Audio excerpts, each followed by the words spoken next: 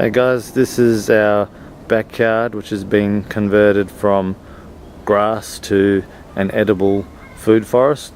Well, it will be. It was just in the beginning stages. You can see we're putting cardboard down over the grass and free mulch over the top, which the local tree loppers deliver. Saves them paying to get rid of it.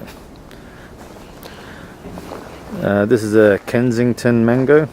We actually had this one in a different area for many years and it didn't grow very well due to the clay soil.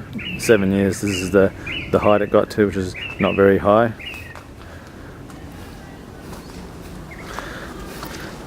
This is another mango we put in. All the rest of these trees here, which I'll show you in a minute, have only been in about 8 weeks, but we're already getting some good growth, and it's the middle of winter at the moment. So this one is, this one's a Kensington Pride as well.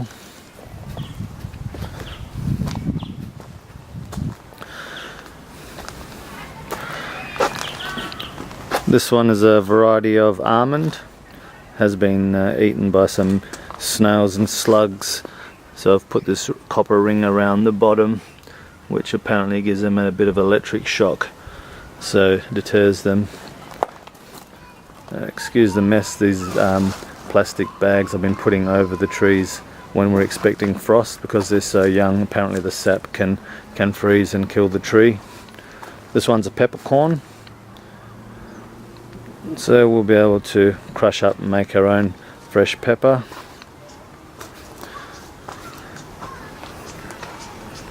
This one's a pomegranate, obviously dormant at the moment. We've had this one a few years actually, but haven't had any good fruit off it. Hadn't really been looked after in the past.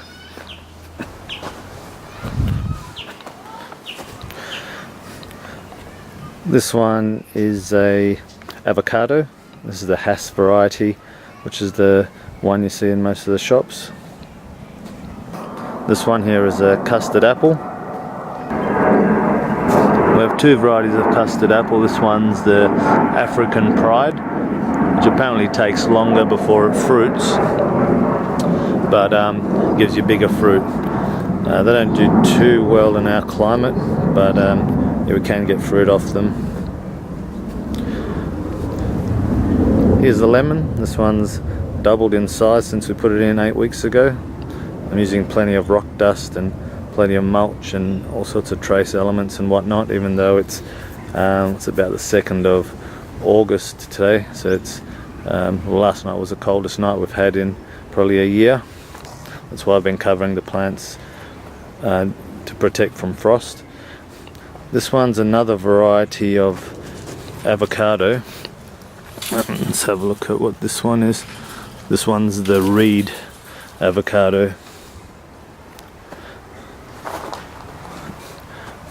Here we have a Pink Lady apple. I just bought these at the local Canning Vale markets. This one's still got leaves, but other ones I've bought further down the back there, apples and also pears, don't have any leaves. I bought those, what they call bare rooted, but for some reason this one's still got leaves. Behind there we have dragon fruit. So there's one here and one further up. Here we have a mandarin. I got these at the local markets. This one's also grown a fair bit, plenty of new growth there, and it's only been in probably about 6 weeks.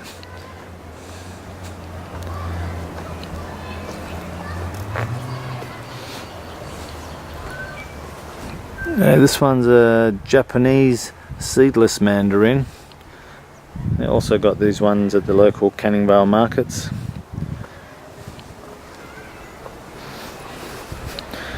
You can see these green pieces of shade cloth. I put them around the trees on days when it's going to be stormy, just whilst they're young.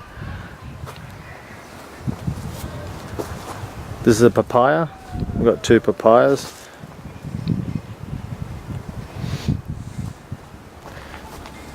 Valencia orange. That was from the markets as well. And this one is from Guildford, a nursery there. We've got a Granny Smith apple. I got that because that's the one our boys usually, this is one we buy usually from Woolworths. Dwarf Peckham pear. Again, so this is one you usually see at Woolworths, or one of the main ones at Woolworths or Coles. There's another almond. It's a different variety, the Mission variety, whereas the other one I showed you was the Spritz variety, and apparently you need two for them to cross-pollinate, unless your neighbour's got one. And a Josephine pear. Okay, this is a blueberry bush. So I bought this, it wasn't, but probably a little bit smaller than this, probably about 6 weeks ago, and it started producing blueberries. So we get a handful usually every morning. So you can see there's plenty on there, some turning blue.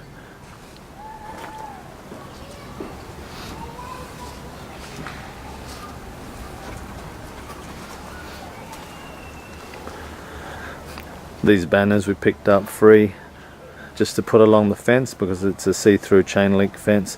Got them for free from a local banner place. They misprinted some, and the guy gave them to me. This is a banana. We have 3 varieties of banana. This one's a lime. We have 2 varieties of lime.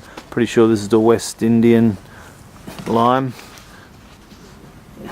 Last time I checked in the shops, they're charging $20 a kilo for lime, so we'll grow some of these.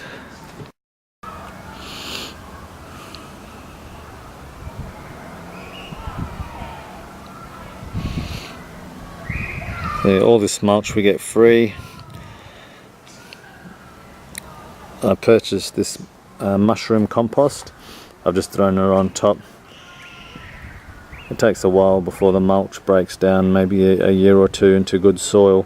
So this way we can get started straight away by mixing in some compost.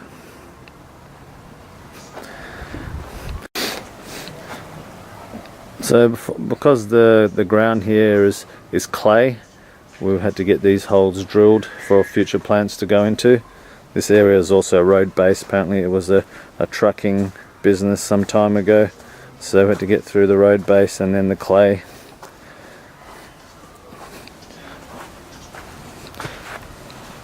That's a passion fruit. We've got 3 varieties of passion fruit.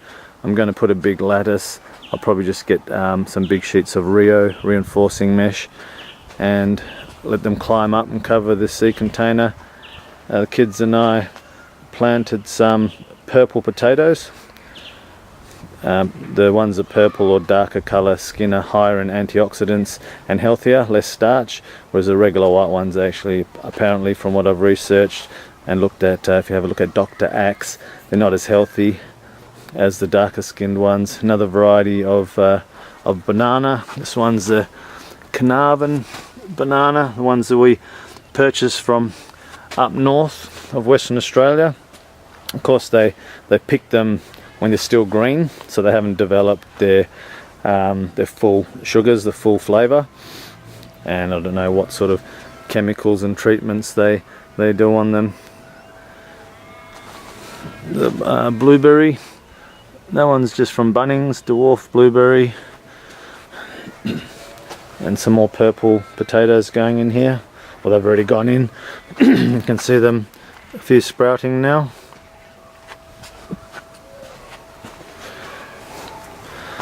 Another variety of passion fruit. This one's like tripled in size in only probably 4 weeks.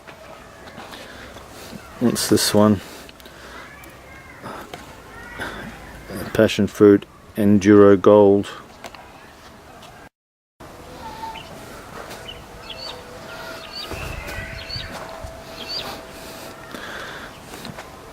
And this is another custard apple. Now I think this one's a different variety. The other one was the pink mammoth. The other one was the African pride. I'm pretty sure this is the pink mammoth, but I'm not 100% sure. Hold on, well actually it hasn't been ticked off. I just got this one from someone out of the newspaper and it hasn't been ticked which one it is, so hopefully it's a different variety.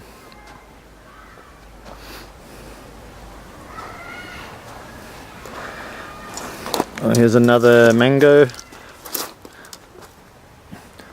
This one's Nam Dok Mai, and this was just someone out of the local, it was actually off Gumtree actually. A few people, they must import them or get them sent over from Queensland. Apparently that's what someone told me.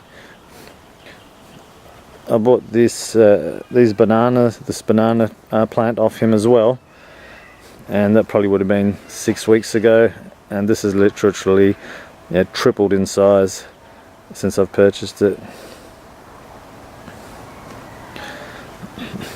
This is ice cream bean. This one's from Bunnings, and apparently inside the bean, try to focus on that, you get those little white, like fairy floss type things. They taste like ice cream, vanilla ice cream. I'm not sure if it's the same as what people call vanilla bean. Another papaya. This little one, this one hasn't grown much. Orange Washington navel. And another variety of blueberry. That one's from Bunnings. And this one here is called a Fioja, or pineapple guava.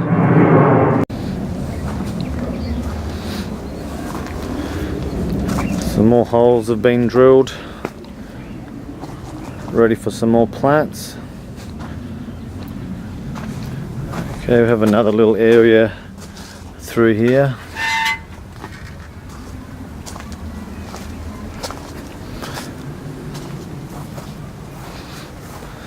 Some mint here, and we've got basil, kale. We've been getting a fair bit of kale. This thing, I brought this as a tiny little seedling, must have been a few months ago now, and it's really taken off. Strawberries, different varieties, parsley, lavender. These were cuttings when I was doing some pruning. This was the peppercorn, so they look like they'll be okay and turn into new plants. Oregano up the back there. Rocket, and a little greenhouse so we can start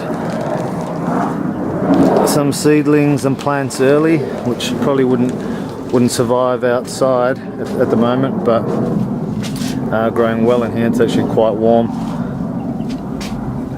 Some guavas, another Fioja, pineapple guava. Chilies, just bought this off an Italian guy at the markets, and we're getting a bag every few weeks of red chilies. So we just made these out of 3 pallets, cut them in half, put some plastic liner in there. Some carrots just coming up. These are cuttings from the blueberry when I was trimming it back, so some have died but some look like they'll be okay, so we'll have some more blueberry plants.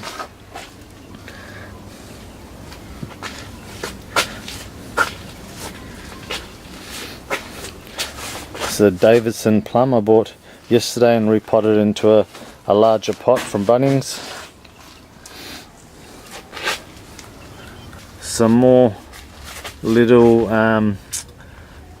there's a papaya which I bought for $2 each from the markets, and these I grew from seed, which are drumstick, or in India they're called drumstick. Over here I think they call them moringa, or they do call them moringa. There's many names. The most nutritious plant on the planet, but not many people have heard of them. Garlic, I planted garlic pods and they're all coming up. The snails got to these ones, so I've put copper around these so the snails don't get to the moringa. Okay, up the back there, we'll have a look at this one first. a lychee. Now, from what I've read, these aren't supposed to produce fruit for like 7 to 10 years, but these have got a look to me like flowers forming already, so I don't know if they will actually fruit. And at the back here we have longans. So I bought these off a guy from Vietnam at the local markets, who grows them at his house. This one here, when I bought it, didn't have any leaves on it. It was dormant, and as soon as I brought it home and put it into the greenhouse, it started producing leaves, which probably wouldn't normally happen till spring. So that's that one's a goju berry, apparently very nutritious and high in antioxidants. I dug out this grapevine from another part of the garden. I've never really got grapes on it because it wasn't looked after, so hopefully it'll come back. This is a gooseberry, a Cape gooseberry.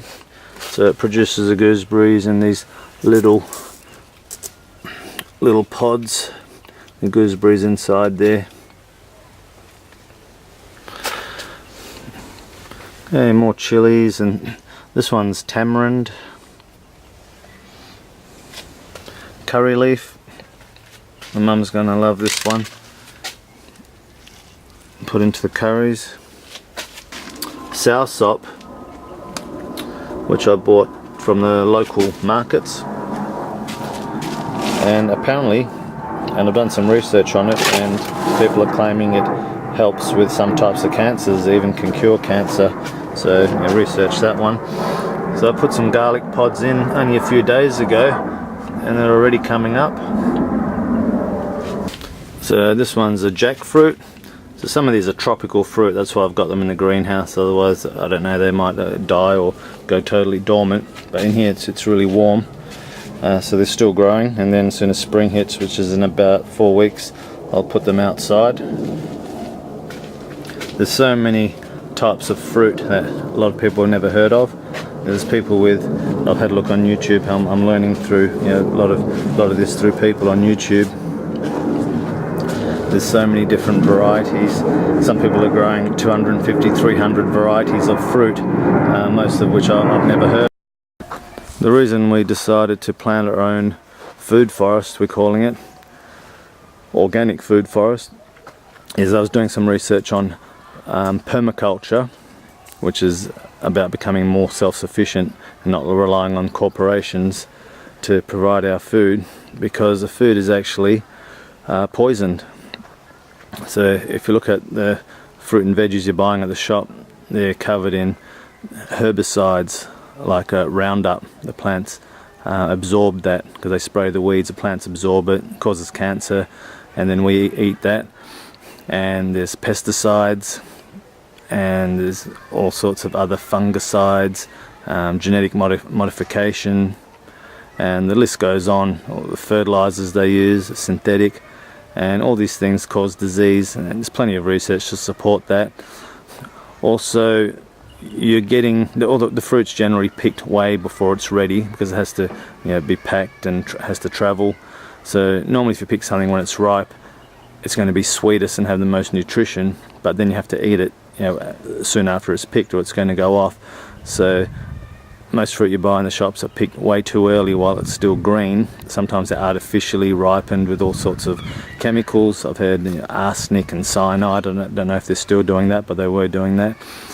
And so when you get it, the sugars, the natural sugars, haven't gone into the fruit as yet. So you're not getting the full flavour of the fruit, the full sweetness. And besides the blueberries, that's about all we've had have fruit so far. We haven't been able to, you know, harvest any fruit, but from what I've seen, the fruit tastes a lot better and obviously a lot healthier when you grow it yourself. You can also grow any varieties of fruit that you want. So if the weather's cold, you can grow it in a greenhouse or indoors.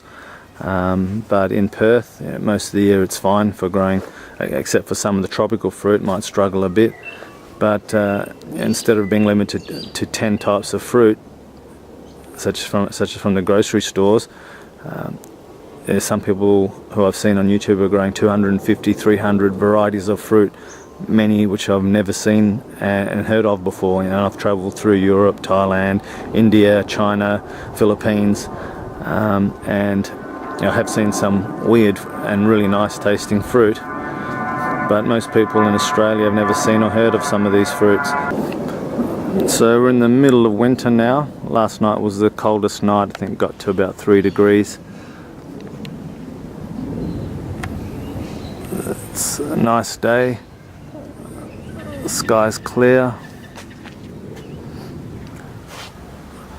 For some reason the moon is up. Has anyone ever wondered why, no matter where you are on the planet, we only ever see one side of the moon? A little bit strange. Take a look at what Buzz Aldrin said he saw when he flew, I think it was one of the Apollo missions, 11 maybe, around the other side of the moon. You'll find that quite interesting.